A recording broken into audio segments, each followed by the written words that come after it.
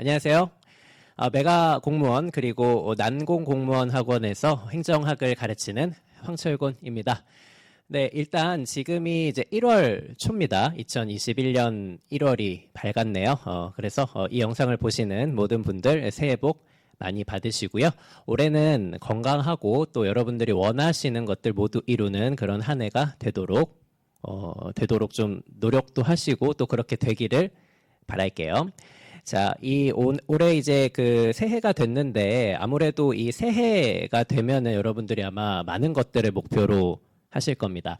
아마 그래서 그 중에 하나로 여러분들의 이제 취업이나 어떤 진로와 관련해서도 굉장히 많은 고민들을 하고 계실 거고, 아마도 이제 올해에서부터 공무원 시험을 좀 준비해 봐야 되겠다라는 그런 생각을 갖고 계시는 분들도 상당히 많으실 거라고 생각을 합니다.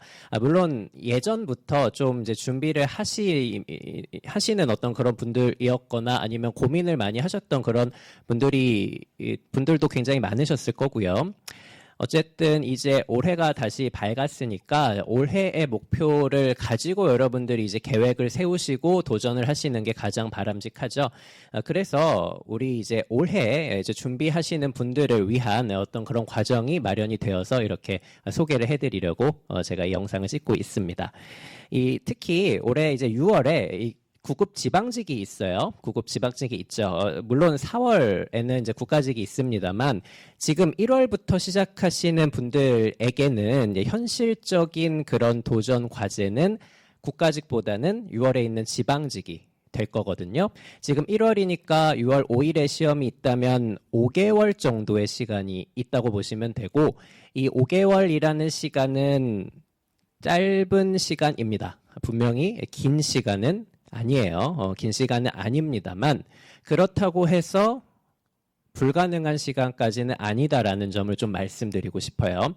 충분히 가능한 시간이고요. 우리가 해야 할 것들을 효율적으로 스피디하게 그러면서도 꼼꼼하게 해나가면은 여러분들 충분히 국가직의 국가직이 아니라 지방직, 물론 국가직도 뭐 마찬가지입니다만 국가직뿐만 아니라 지방직 충분히 승산이 있다, 이렇게 말씀을 드리고 싶습니다.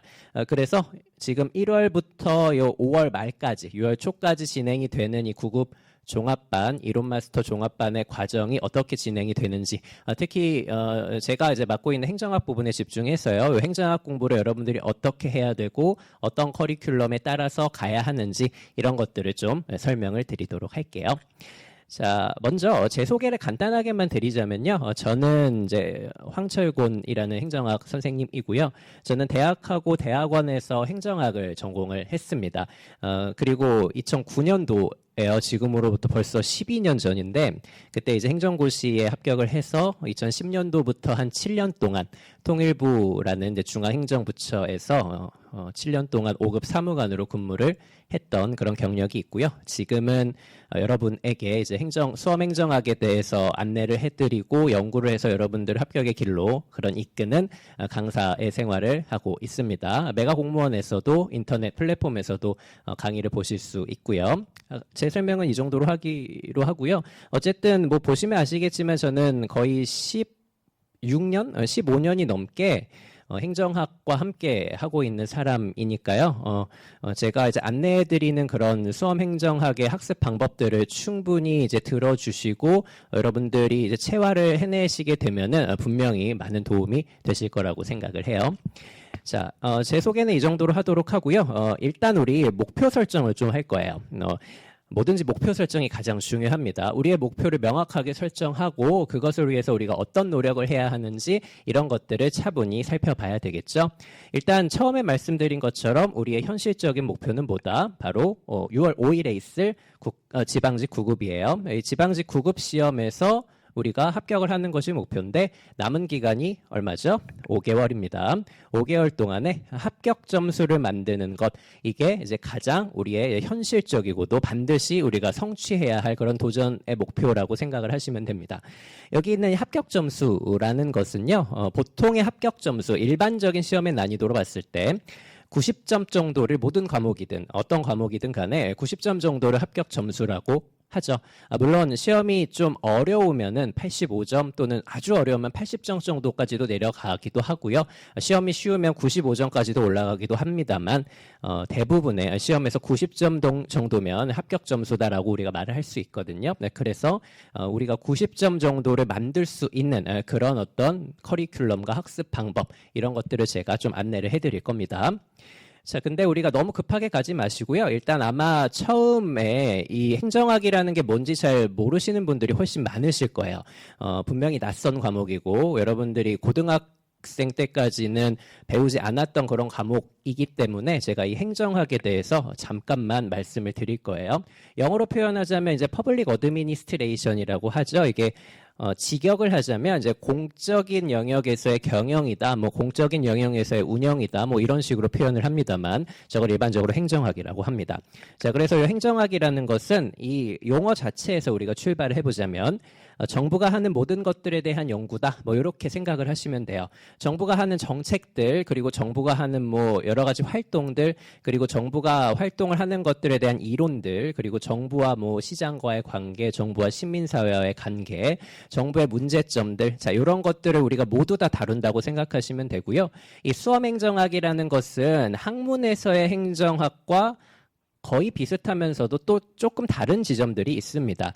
이 수험에서의 행정학의 범위하고요, 학문에서의 행정학의 범위는 사실 크게 다르지는 않습니다. 크게 다르지는 않고, 다만 이 수험행정학이라는 것은 이 학문에서의 행정학과 그리고 제도적인 영역에서의 행정학을 어떻게 물어보는지, 객관식 시험에서 어떻게 물어보는지 이런 수험 적합적인 측면에서 이제 차이가 있는 거거든요. 자, 그래서 우리가 이론적인 영역에서 충분히 학습을 하셔야 되고, 기출 문제를 통해서도 수험 적합적인 그런 학습을 충분히 하셔야 되는 겁니다. 계속 제가 설명을 드릴 거고요.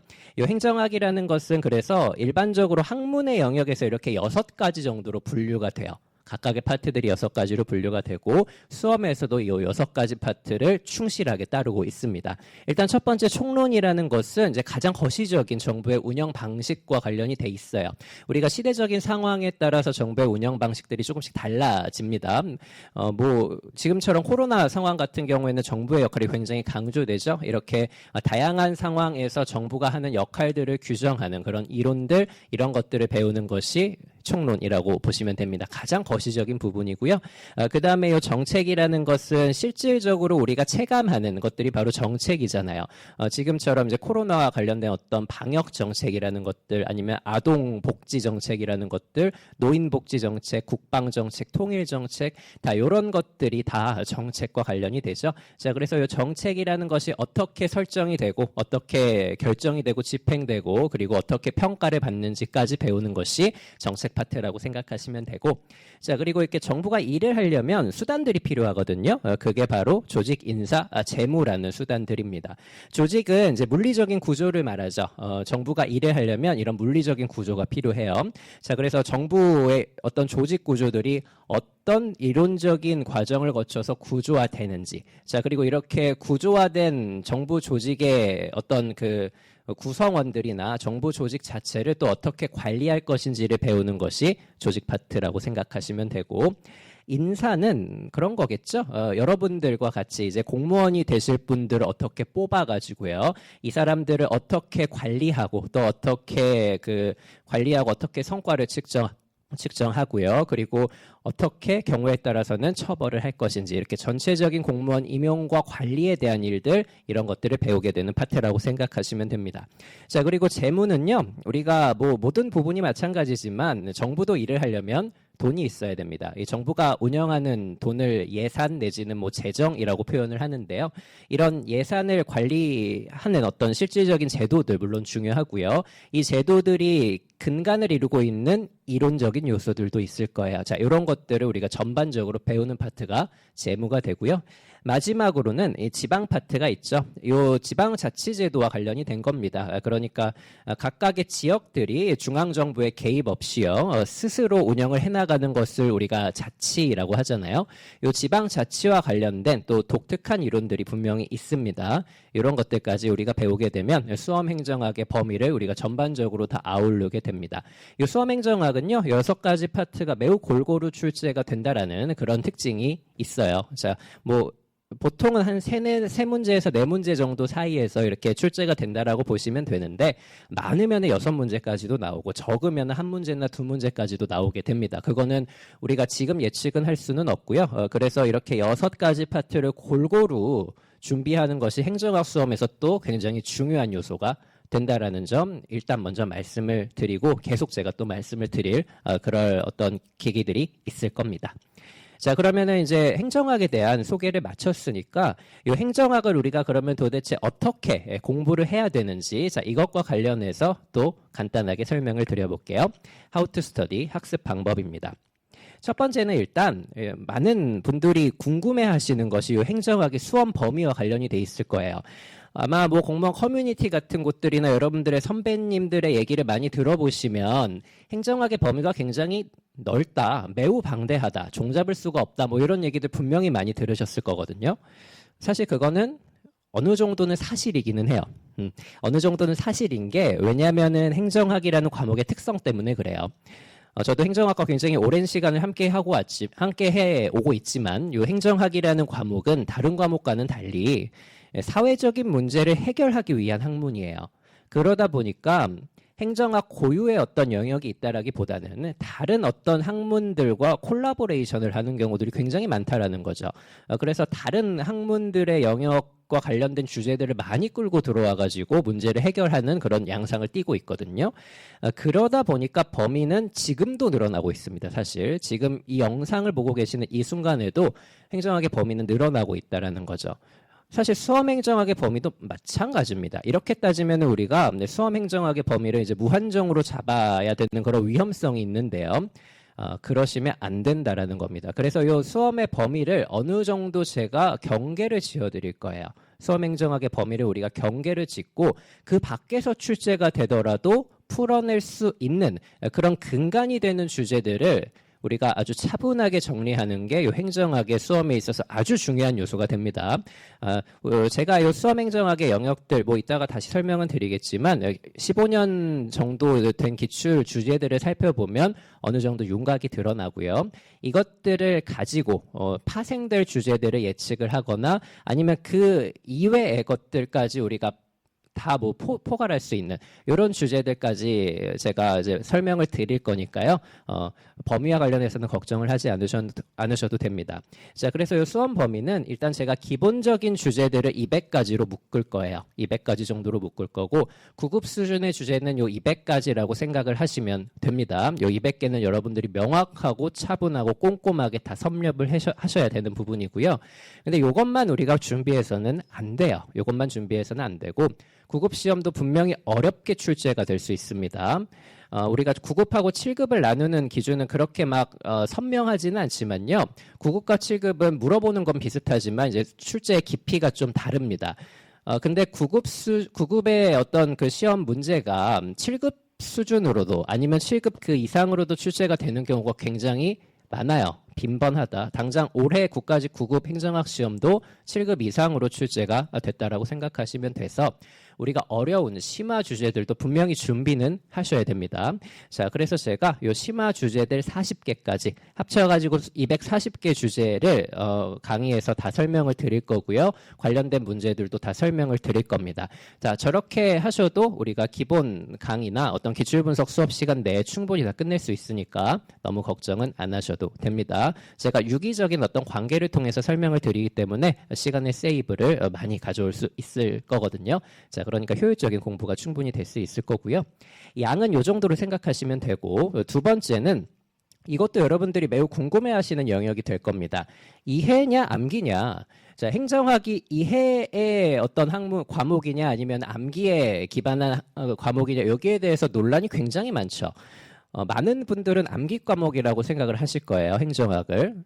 암기 과목이 맞다라는 것이 일단 결론은 맞아요. 자, 근데 한번 생각을 해보세요. 여러분들이 준비하는 모든 시험은 결국 암기입니다.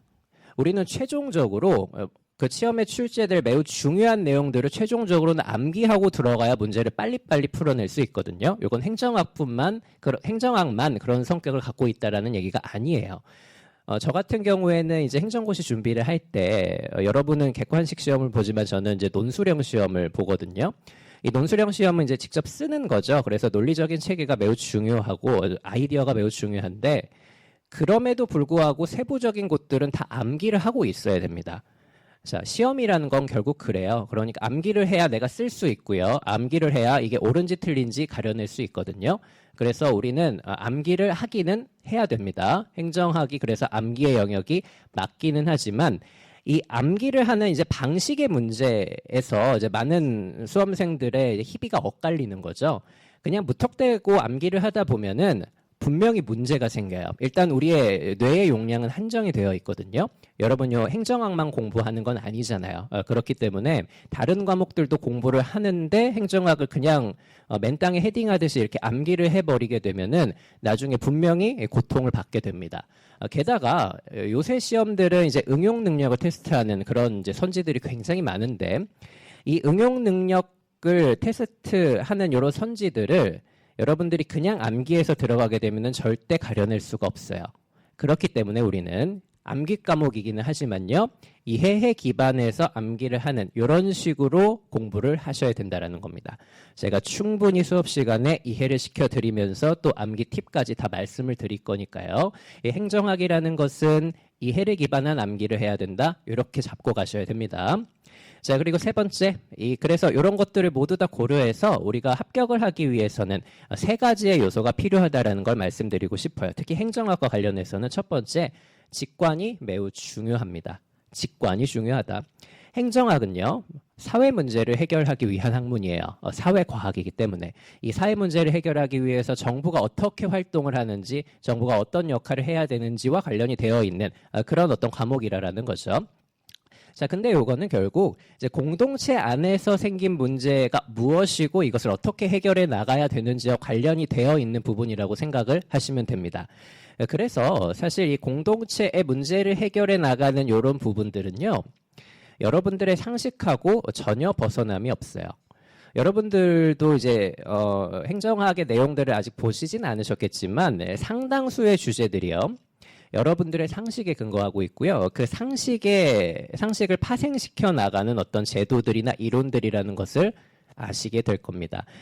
이 상식적인 부분들, 직관적인 부분들을 제가 여러분들에게 알려드릴 거고 여러분들이 갖고 있는 이 상식들을 제가 충분히 깨워드릴 거고요.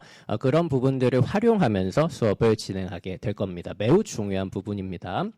자, 요 직관에서만 근데 머무르면 안 되겠죠? 왜냐하면 우리가 보는 책들이나 그리고 우리가 치러야 할 이런 시험들은 결국 문장으로 구성이 되거든요. 자, 그래서 이 직관을 통해서 우리가 중요한 문장들을 해석해내는 연습들을 충분히 해야 됩니다. 기본서에 있는 문장들 그리고 시험 실제로 기출문제에 실려있는 그런 문장들을 여러분들이 꼼꼼하게 보고 해석하는 이런 연습들이 매우 중요하다라는 거고요. 자, 그리고 당연히 우리 요 기출 문제들, 수험 적합성을 가진 학습을 위해서 아주 중요한 도구가 될 겁니다. 어떤 주제가 어떻게 출제가 되고 출제위원들은 어떤 지점을 확인하기 위해서 문제를 출제하는지 이런 것들을 분석해내는 것 당연히 중요합니다.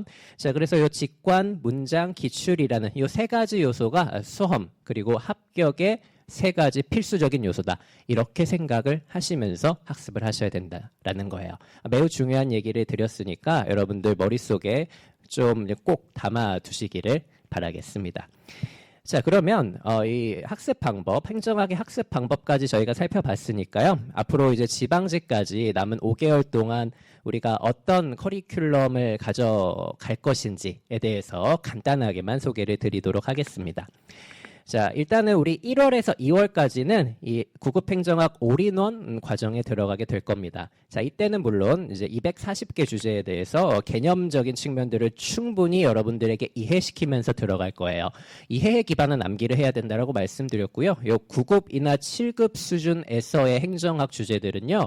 여러분들이 이해하지 못할 주제들은 단 하나도 없기 때문입니다. 충분히 이해시켜 드릴 거고요. 그 과정에서 여러분들의 직관도 제가 많이 활용을 할 겁니다. 자, 이렇게 240개 주제를 우리가 모두 다 다룰 거고요.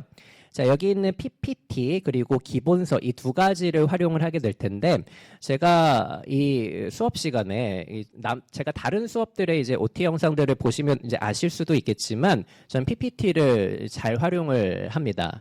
이 PPT에서 저는 주로 체계나 어떤 순서도라든지 그리고 그림 같은 것들을 많이 활용하거든요.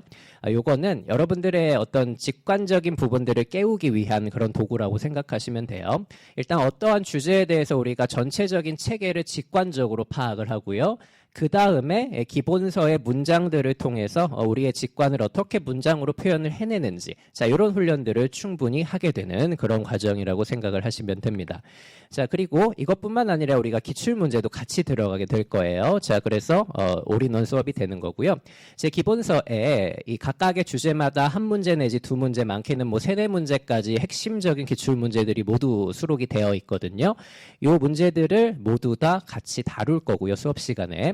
그리고 이 수업 시간에 제가 여러분들에게 이 문제들을 직접 푸는 시간들을 또 다 드립니다. 뭐 한 문제에 30초 정도씩 해서 다 드리니까 여러분들이 수업을 듣고 문제를 직접 풀어보면서 확인을 하는 이런 학습까지 병행이 될 거라고 생각하시면 돼요. 2개월 동안 우리가 8주거든요. 8주 동안 2번씩 만나서 16번의 수업, 시간 기준으로요. 16번의 수업을 하게 되면 이 올인원 과정이 끝나게 됩니다. 자, 이 이후에 이제 4월까지는 이제 핵심 기출 분석 수업에 들어가게 될 거고요. 4월까지. 우리가 이제 요 첫 번째 수업에서 물론 기출문제들의 사백제나 다룹니다만은 분명히 이론에 좀 더 치중이 되어 있는 그런 수업이 될 거긴 합니다. 자, 3월부터 4월까지는요, 우리가 당장 6월에 시험이 있으니까 이때는 이제 기출문제 중심의 수업이 되어야 됩니다. 기출문제가 어떻게 출제가 되고 어떤 출제 포인트를 갖고 있고 중요한 포인트들은 무엇인지 함정을 파는 방식들은 어떻게 되는지 자, 이런 방식들을 우리가 충분히 분석을 할 거고 천재 정도를 수업 시간에 분석을 해드릴 거예요. 제 기출문제집에는 1800문제 정도 실려 있는데요. 자, 그 중에 핵심적인 기출문제들이 1000제 정도 된다고 생각하시면 되고 이것들을 보완하는 문제들이 800문제 정도 된다라고 생각하시면 됩니다. 자, 그 중에 1000제, 핵심적인 기출문제 1000제를요. 제가 여러분들과 함께 분석을 하는 그런 시간을 가져볼 겁니다. 자, 그러면서 출제 포인트들을 제가 하나하나 짚어드릴 거고요. 그리고 실전에서 어떻게 문제를 푸는 것이 훨씬 효율적인지 이런 실전 팁들도 같이 전달을 해드릴 거니까요. 많은 도움이 될 거고요. 자, 물론 이 핵심 기출 분석 수업 시간에 1000제를 분석하기는 하겠지만 우리가 전에 배웠던 개념들을 점검하는 시간도 같이 가질 겁니다.